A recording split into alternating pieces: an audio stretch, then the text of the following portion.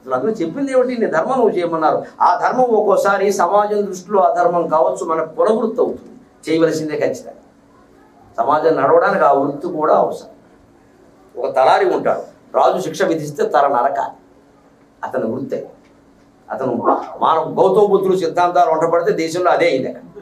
మేము నరకం, ఇది హింస మేము చెయ్యం. నువ్వు తలారి, తప్పులు చేసేవాళ్ళు ఇక్కడ ఉన్నారు, ఘోరాలు నేరాలు చేసేవాళ్ళు తల నరకాలి, అది రాజధర్మం.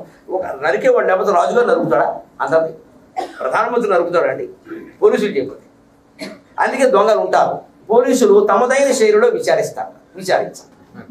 మనం విమర్శలు చేయకూడదు. పోలీసులు మానవ హక్కులు అతిక్రమించారు, తప్పదు నాయన, దానవ హక్కులు ఉంటాయి అక్కడ. వాడు రెండు దంతే కానీ వాడు నిజం చెప్పాలి.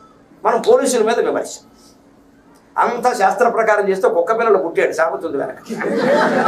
శాస్త్ర ప్రకారం చేయకూడదు, రసమయమైన జీవితం గడపాలి. పుస్తకం దగ్గర పెట్టుకుని చేస్తారంటే నాకు అర్థం, చట్టాల దగ్గర పెట్టుకుని అలా ఉండదు ఎక్కడ. అది ఆ సందర్భాన్ని బట్టి ఎలా పోవాలో విచక్షణ జ్ఞానం నువ్వు నిర్ణయించుకోవాలి ఖచ్చితంగా.